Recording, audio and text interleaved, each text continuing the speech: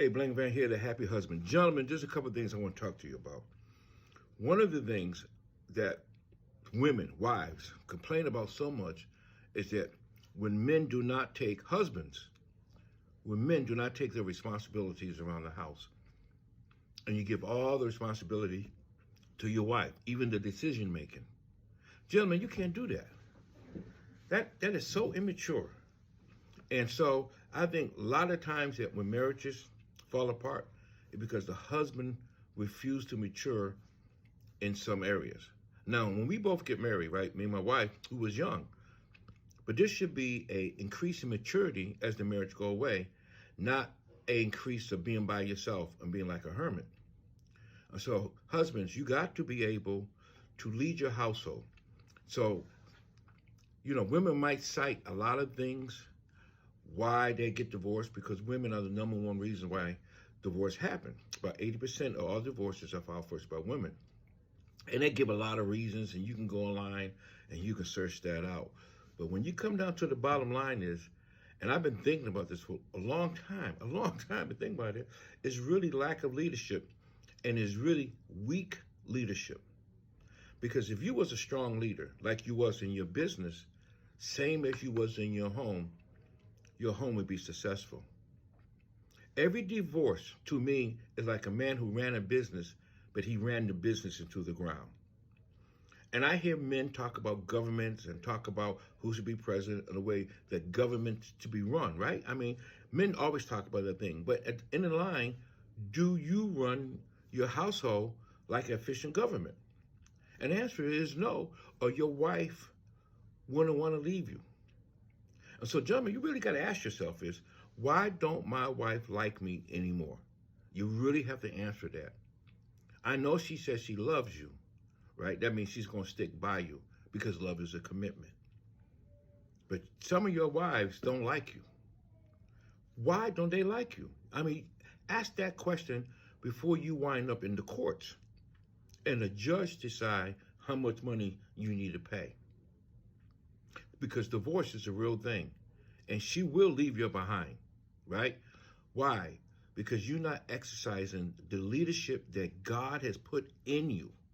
You're not doing what you was made to do, and that is take people, your wife, your children, and guide them through this life and this life journey and experience with excellence, with greatness.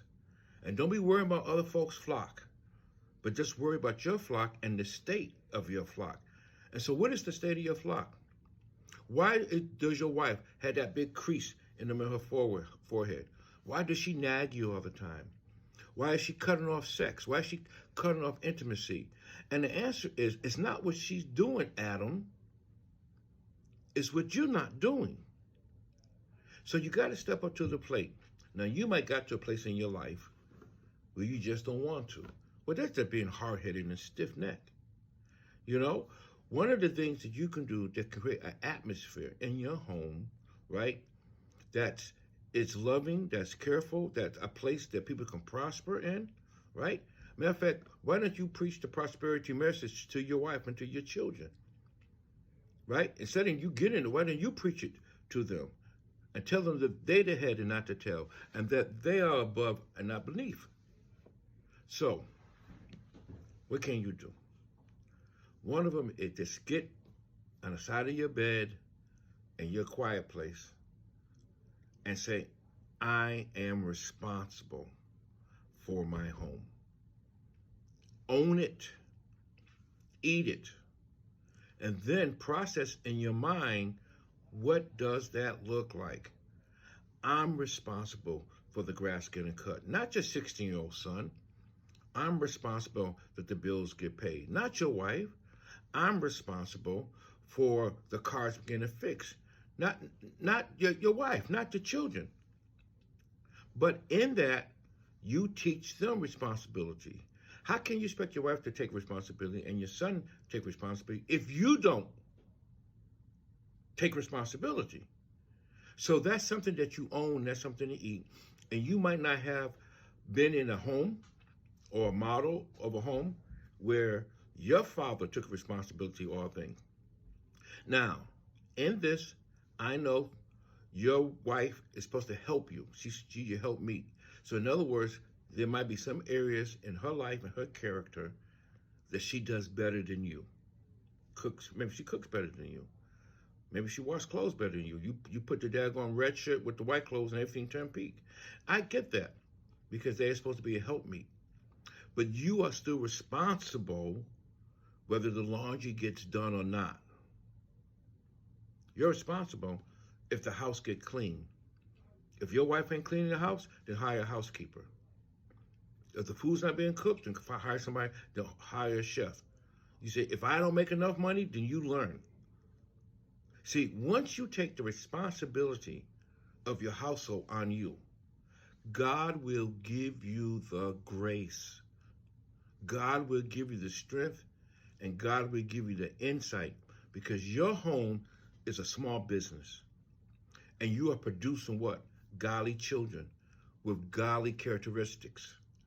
And you can't falter on that. You can't faint on that. You can't just trade this wife in and this family in and get another family and wife because you jacked this one up. You got to go in there, get down to the foundation, and then you got to build again. God's way, because you already tried it your way. And hiding and putting your head in the sand is not it. It's up to you to raise your family. It's up to you to raise your children. It's up to you to instill into them the characters that you want in a loving manner. Now, in this loving manner, that means you still bring correction to your wife and to your children. And I mean that. You bring correction, but you don't do it like a dictator. One of the things that really kill marriages is when you fall for the okie doke, when you fall for the crocodile tears, which we're going to talk about on another time. But today, I just want you to own the fact that the reason why your household is jacked up is because of you. The reason why your wife doesn't like you is because of you. The reason why your children don't want to talk to, besides them just being teenagers, is because of you. And you have to equip and train yourself so this can happen. Now, one of the things I'm going to just offer to you is that continue to listen to my podcast, Blaine the Happy Husband, but you also can write me, email me, and gentlemen, we can talk about these things. Tuesday night, I do a live show that's on Facebook and on YouTube. Come in, watch, ask some questions.